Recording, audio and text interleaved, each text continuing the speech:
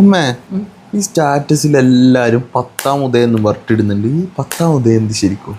10-ാം ഉദയം ശരിക്കും നാളെയാന്ന്. നിങ്ങൾക്കറിയില്ലേ ബാവട്ടാ എന്തെന്ന് 10-ാം ഉദയം? 10-ാം ഉദയം എന്ന് പറഞ്ഞാൽ തറവാടുകളിൽ ഒരു പ്രത്യേക ഒരു ചടങ്ങ് നടക്കുന്നത് പറ്റിയിട്ട് എനിക്കറിയാം. പകലും രാത്രി.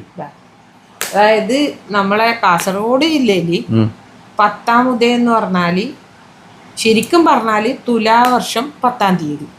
പണ്ടത്തെവരെല്ലാം പറയും തിലാപത്ത് എന്ന് പറയും. പിന്നെ അന്ന് നമ്മളെ തറവാട്ടില് പൂജയും കാര്യവും എല്ലാം നടക്കും. ആടുന്ന് പിന്നെ നമുക്ക് തെയ്യക്കാലം സ്റ്റാർട്ട് ചെയ്തു. പിന്നത്തെ 7 മാസം കണ്ടിന്യൂസ് തെയ്യമാണ്. അപ്പൊ ഈ 12 മാസത്തില് 7 മാസം പിന്നെ ഫുള്ള് തെയ്യം.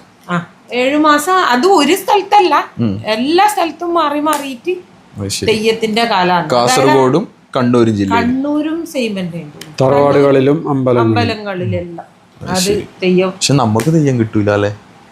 പോവാലോ, പോണെന്ന് വെച്ചാ പോവാം. അതെ അതെ.